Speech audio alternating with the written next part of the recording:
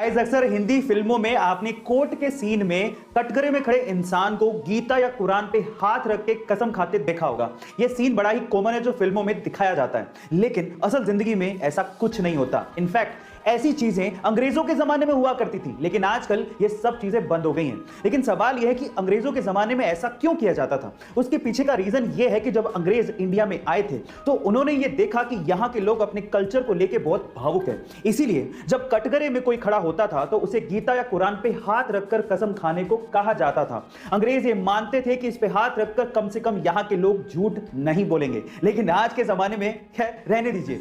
आपको इस कोरोना के चक्कर में काफी लोगों को घर पे बैठना पड़ा। कई लोग तो बाहर निकलने की वजह से थोड़ा बहुत हाथ पांव हिला लिया करते थे, लेकिन वर्क फ्रॉम होम होने की वजह से वो भी बंद हो गया। बाहर ना जाने की वजह से और एक्सरसाइज में आलस की वजह से काफी लोगों का वजन बढ़ गया और शायद आप भी उनमें से एक होंगे। तो अगर आप वेट लॉस करना चाहते हैं तो टॉप 5 ड्रिंक्स जिससे आप वेट लॉस कर सकते हैं, आज उसके बारे में मैं आपको बताता हूं। सबसे पहले है सौंफ का पानी, दूसरा है जीरे का पानी, तीसरा है अजवाइन का पानी, चौथा है नींबू पानी और पांचवा है ग्रीन टी। गाइस, अंग्रेजी ने हमारी जान तो निकाल ही रखी है और ये अंग्रेजी अंग्रेजों को भी नहीं छोड़ेगी, देख लेना। अब ऐसे कुछ एक फनी इंसिडेंट हुआ जिसे सुनने के बाद आपको बहुत हंसी आएगी।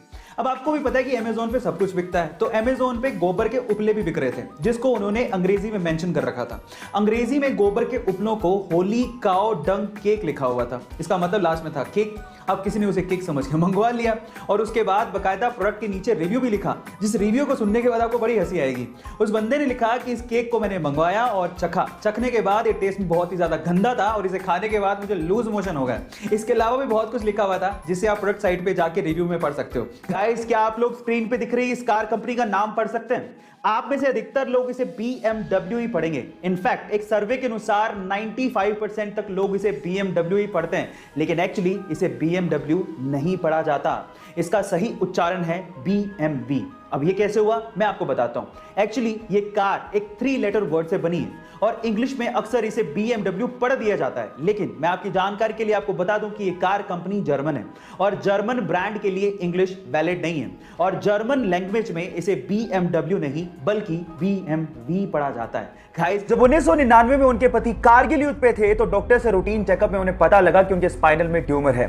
जल्द ही सर्जरी नहीं करवाई गई तो जान को खतरा हो सकता है। ये बात उन्होंने अपने पति को फोन पे बताई और कहा कि तुम जंग लड़ो, मैं यहां पर मौत से लड़ूंगी।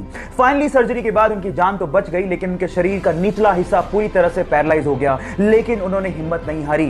फाइनली उन्होंने डिसाइड किया कि वो पैरा ओलंपिक में पार्टिसिपेट करेंगी। मेहनत की और वो भारत की पहली महिला बनी जिन्होंने पैरा ओलंपिक में भारत को गोल्ड मेडल जितवाया हो और अपने पूरे करियर में 54 गोल्ड मेडल जीते और उसमें से 15 गोल्ड मेडल इंटरनेशनल थे।